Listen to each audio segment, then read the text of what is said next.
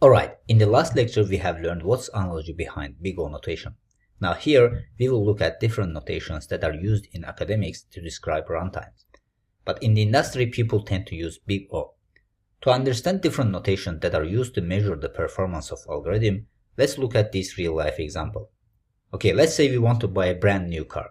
And obviously we want to know about the performance of car, which means that we are interested in how many liters of petrol it takes to drive 100 miles.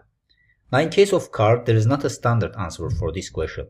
Even though in any car's manual, it might mention that, for example, it takes 70 liters of petrol for 100 miles, this information is not direct, because a car can perform differently based on the condition.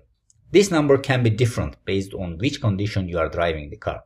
So if you drive your car in city traffic, it's obvious that it takes more petrol to reach 100 miles than when we drive it on the highway. And there might be situations in which we drive a car in mixed condition, both traffic and highway.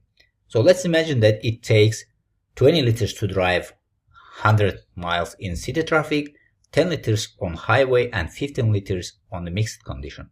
So here we can easily see that the same car can perform differently based on the condition that we drive.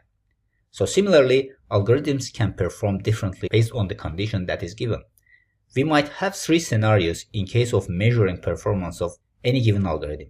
These are the best case, worst case, and average case. So let's say for an algorithm, it takes 1 minute to execute in the worst case scenario, but in the best case scenario, it might take 5 seconds to execute, and finally in the average case scenario, it might take 30 or 35 seconds to execute. So with the help of these notations, we can define the best, worst, and average case of algorithm. Now as an example, let's examine quicksort algorithm. So those who don't know what is quicksort algorithm, you don't need to worry about it, because I will provide detailed information in sorting algorithm section of this course. But for now, you just need to know that it is an algorithm that sorts unsorted lists based on selection of a random number as a pivot number, and then we are swapping the values. Now let's look at this example over here. So here, the first thing that we are doing, we are selecting a random number as a pivot number. So in this case, for example, we are selecting rightmost number, which is 5. Then we are placing left and right markers. So we are placing left markers on the left side and right markers at the right side. Then quicksort use these markers to repeatedly perform rounds of operation recursively.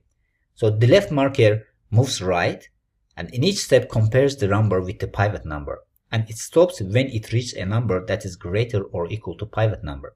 So in this case, the first number is 6, so this means that it's greater than 5, so we are not moving left marker. But in case of right marker, we are checking and looking for the number which is less than pivot. So in this case, 8 is greater than pivot, we are continuing to 9, then 9 is greater than 5, we are continuing to 3. So in this case, we see that 3 is less than 5. So this means that we need to swap these values over here. So 3 will move to the place of 6, and 6 will move to the place of 3. So these operations will repeat until all elements get sorted. So in the best scenario, in the best case, all elements are equal, and we will pass through all elements, and we will pass through all elements of this array only once. So if the number of elements is n, so the time complexity in the best case will be O(n).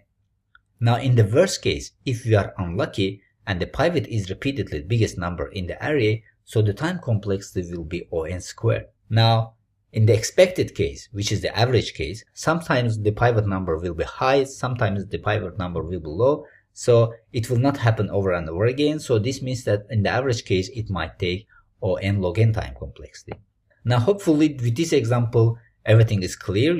Based on the condition, this sorting algorithm might perform differently. Now to express the different scenarios of algorithm, there are different big O notations. Now the first one is big O. It's a complexity that's going to be less or equal to the worst case. For example, if you want to sort 1000 numbers, big O measures the maximum time that we need for this sorting. Let's say we need a maximum 10 seconds to execute this algorithm. This means that we will never exceed 10 seconds. So it can be 8 seconds, 9 seconds, but we will never exceed 10 seconds. But in terms of big omega, So its complexity that's going to be at least more than the best case. It's different from the big O. Here we measure the minimum time that we need to execute an algorithm. So there might be cases we want to know about the minimum time of algorithm execution, which means that if the base case scenario for executing algorithm is 2 seconds, in terms of big omega, it will never be less than 2 seconds. Now the third type is big theta.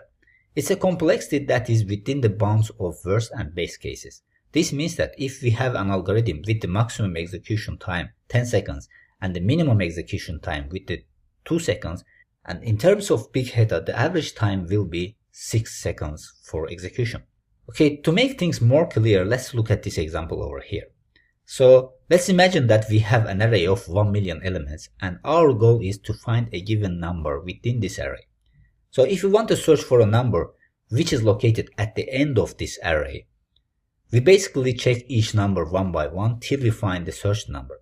So let's say the time that we need to visit each cell is 1 millisecond.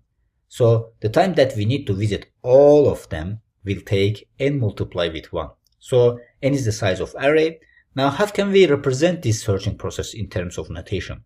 So in terms of big notation, it's going to be On, because we need n milliseconds to find the number that we are looking for. So it's going to be On. This means that the maximum time that we need to find any given number within this array is n. So it will not be more than n. So it's not going to be n plus 1, n plus 2. So the maximum time is n.